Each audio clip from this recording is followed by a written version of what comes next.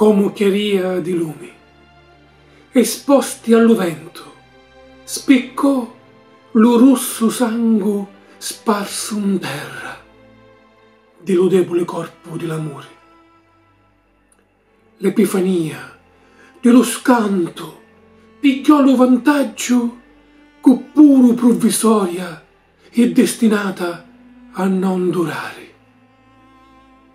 Scurosi foro li chiarimenti e di la malasanità lassate le marce dello sud dallo totale abbandono.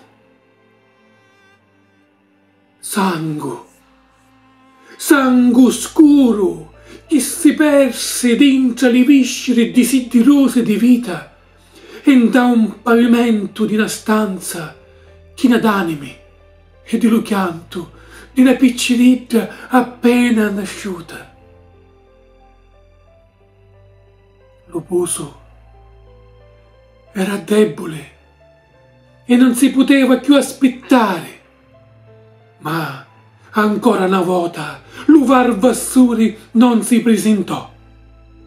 Lo soccorri, come a chiedo di Pilato, si lavò le mani, rendendosi non disponibili a salvare e lasciando che la morte s'arrosicasse l'amore, mentre la scaglia di Dio di lo funno di lo debole cuore di Idda lottava per allontanare l'orribile berserk, bestia selvaggia e pazza. Cheta, cuscinsi la vardata, avanti lo chiuttento dolori, mentre che Idda mi tagliava e si fidava di mia.